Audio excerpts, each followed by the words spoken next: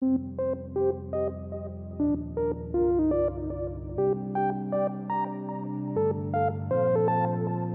up, my maths minions? In this lesson, I will show you the first few steps in planning a totally awesome experiment. To discuss the planning of an experiment, I'm going to use an example that I've been using with many of the classes that I've taught in the past. I use this example because it's a simple context to understand. The other reason why I use it is because the measurements are fairly straightforward. There's also a lot of room for discussion around sources of variation. The basic gist of the experiment is this. Do Year 13 students have a larger long jump distance when given a goal compared to Year 13 students who are not given a goal? I think that students will jump farther when they are given a jumping goal compared to those who are not given a jumping goal. The purpose of this experiment is to determine if giving a jumping goal for students improves their long jump distance. As we begin, it's probably very helpful for you to know that the planning part of the experiment is going to be the longest, most time-consuming part of the whole entire investigation. So if you are typing a report, it's probably helpful to know that this will be the longest part of the entire report, and it's going to have the most amount of words. If you are intending to present this as a PowerPoint presentation, well then most amount of these slides that you're going to show are going to be part of the plan.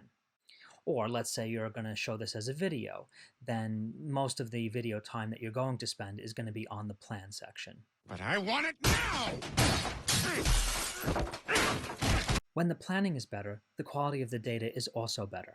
The better the data, the more reliable and valid our conclusions will be. Computer science people have a saying that goes like this: garbage in, garbage out. And in statistics, we would say garbage data in, piece of garbage, garbage conclusions out. There are 5 questions that we should be answering in any good plan for an experiment. What, who, when, where, and how. It is a good idea to start with a bullet point outline and then write out full paragraphs. Once an overview for the first 4 points has been established, move on to the important matters for how the experiment will be conducted. There is some specific information that should be included in a plan for an experiment. Here comes the important bits. The plan should state clearly the explanatory and response variable, how the groups are allocated, so using randomization, and what are the conditions for each of the groups. The explanatory and response variables have to be well defined in any experiment because one tells us the change that will cause something to happen, the other tells us what that effect will be.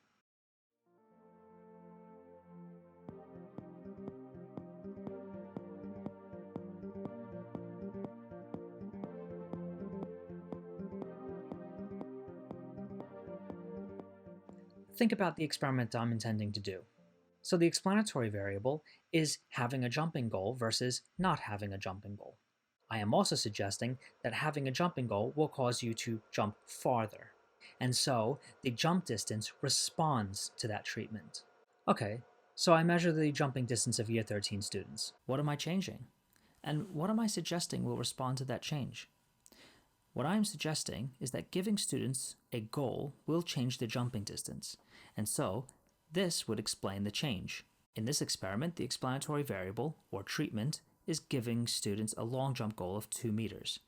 The response variable will be the long jump length of students measured in centimeters.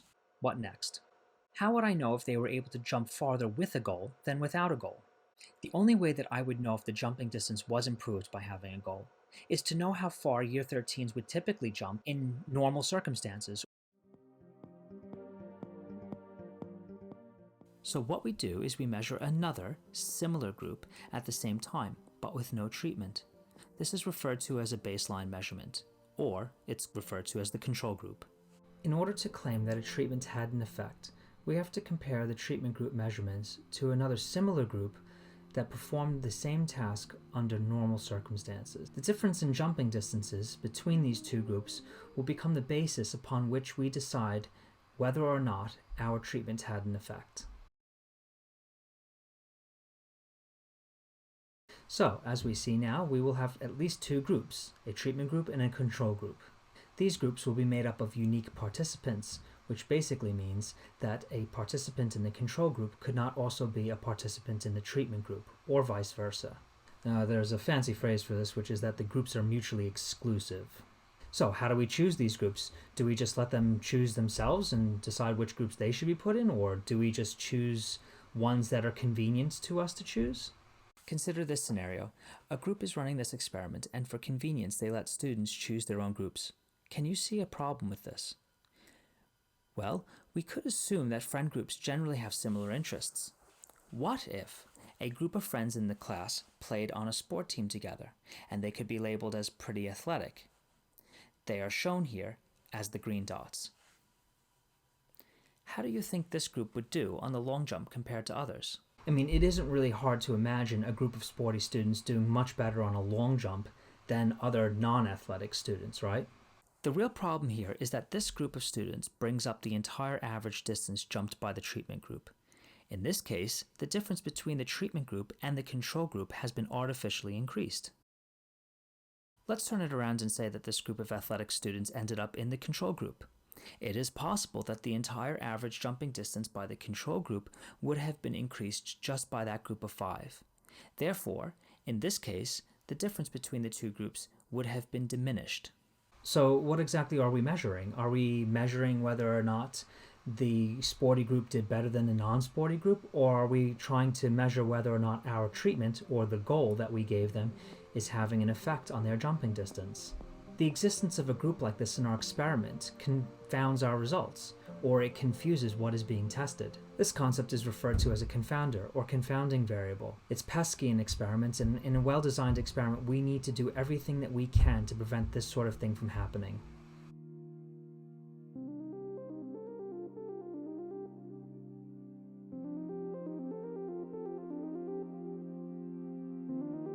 So, what is the answer, you ask?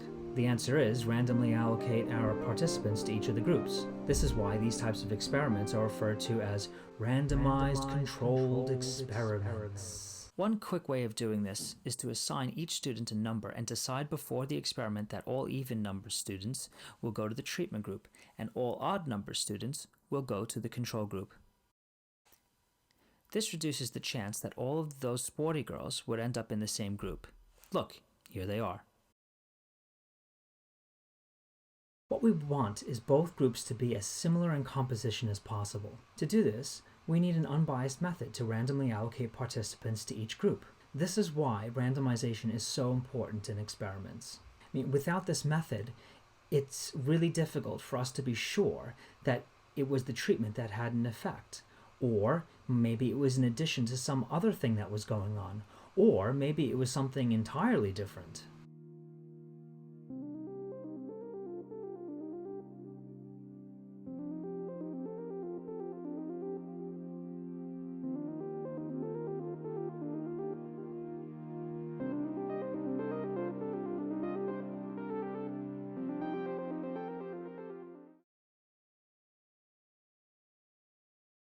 Randomization helps to ensure that our groups are made up of a diverse set of participants. The randomized part of this is really important for the validity of our experimental data.